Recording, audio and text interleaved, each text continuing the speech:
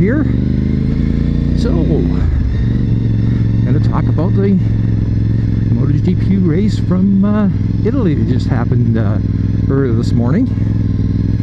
Now, of course, I would have done the video a lot sooner, but we had rain like you would not believe. Started last night at about 3 in the morning, and it didn't let off until almost 2. So, still got some clouds, but they say it's not supposed to rain anymore. So, hopefully, that's what happens. So, back to the racing. Now, the first thing that happened is one of the Moto2 racers. I'll just put his name up here. He's actually in the hunt for the Moto2 World Championship. Tested positive for COVID, so he missed the race. There was a 3-week break between the last race and this race, and apparently he got it from his girlfriend. Now, that's the first person in the MotoGP championships that's tested positive. I know Formula One had a racer about a month ago that tested positive, so you know he's got to isolate and be tested again next week to see if he can race in this upcoming weekend's race or not. So kind of rough, but those are the rules. Now the next thing is if you follow Cal Crutchlow's Instagram, he had surgery for arm pump, which is a pretty common problem with racers. The forearm down here, the muscles restrict the blood flow and causes you to lose power in your hand and also feeling, so you really can't tell how hard you're pulling the brakes. And if you don't mind being grossed out, Cal posted some pictures and some videos. I looked at the pictures. I wasn't really interested in looking at the videos, but Cal came back with intention of racing this weekend, and Cal is one tough guy, and he went out for a couple practice sessions. Wasn't exactly setting the world on fire, but he was like working through the pain. But apparently there's a fluid problem building up in his arm, and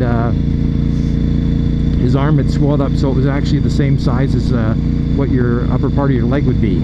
So he actually got declared unfit, and he's not going to be allowed to race this race coming up this weekend, and hopes to be back by Barcelona. So his championship season has been one to forget. Broke a scaphoid in the warm-up of the first race of the season, and just never been fit since. So now back to racing. The circuit itself was resurfaced, I believe, this season, and has a tremendous amount of grip. And everyone was just raving about the grip and how great it was. But the problem was when they paved it,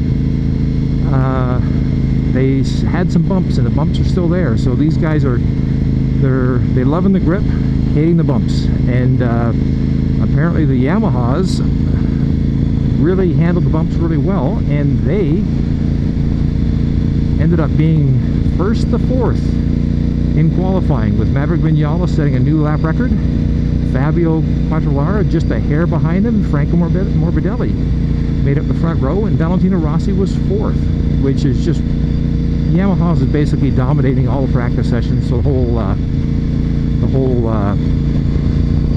whole weekend. And everything was looking good. Nothing weird going on this weekend. Pecco Bagnaia was back and actually was doing pretty well as well.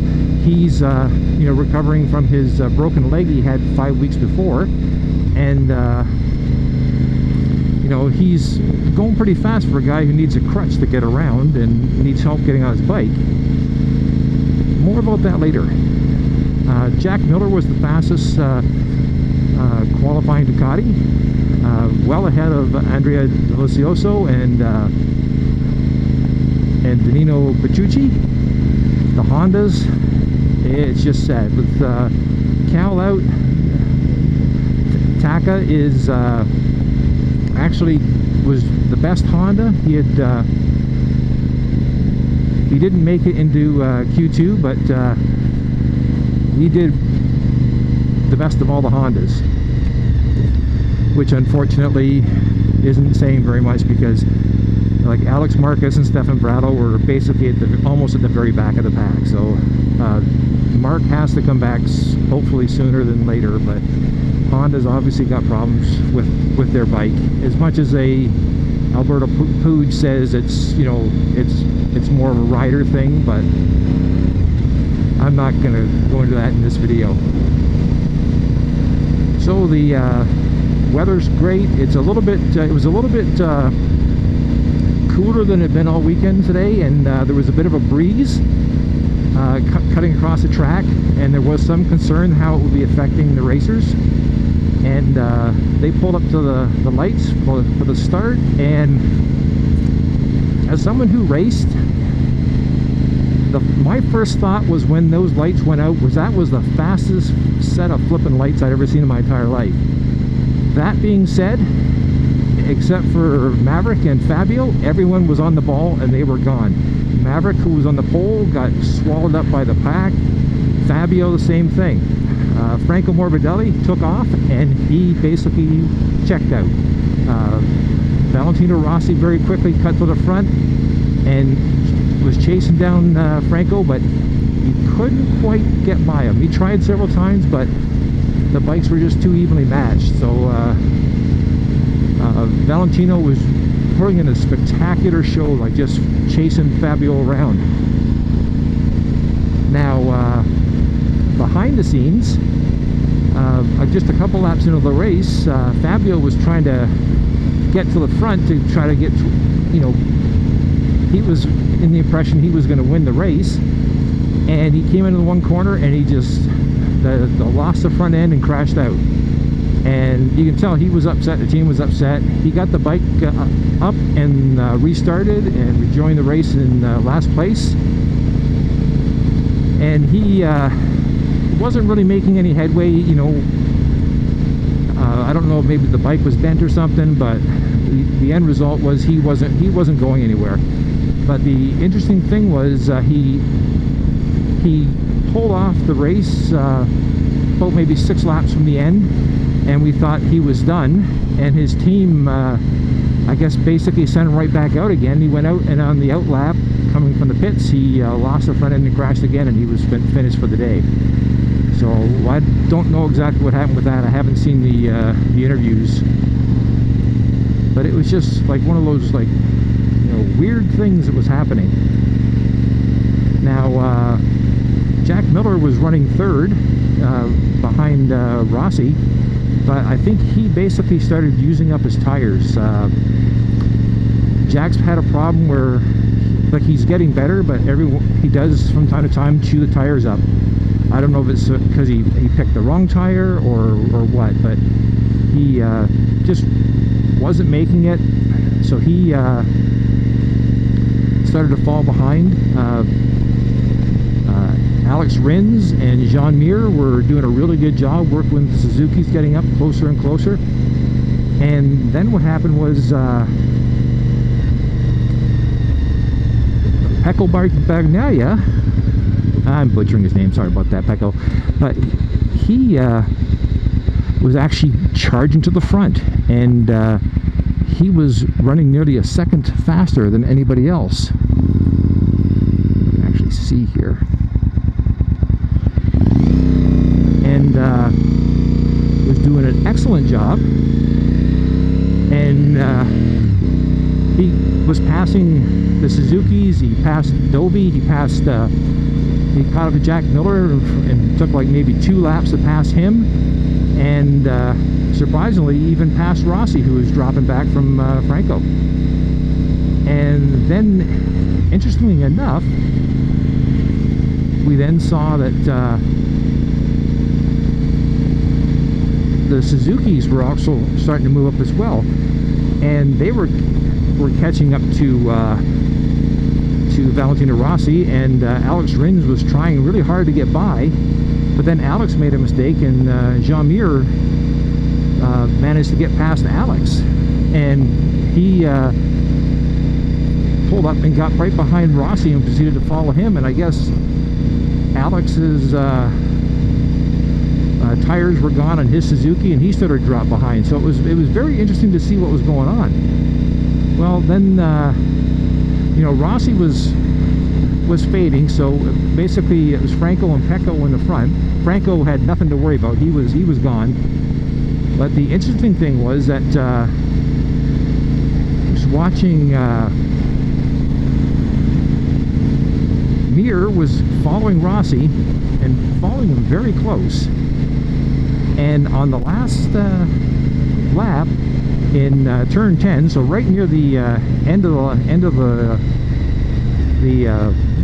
the race, he managed to get a pass inside of Valentino Rossi and took over third place, which was really sad because Rossi, this would have been his 200th podium if he had kept it. And he ended up with Franco crossing the finish line, winning his first ever MotoGP race.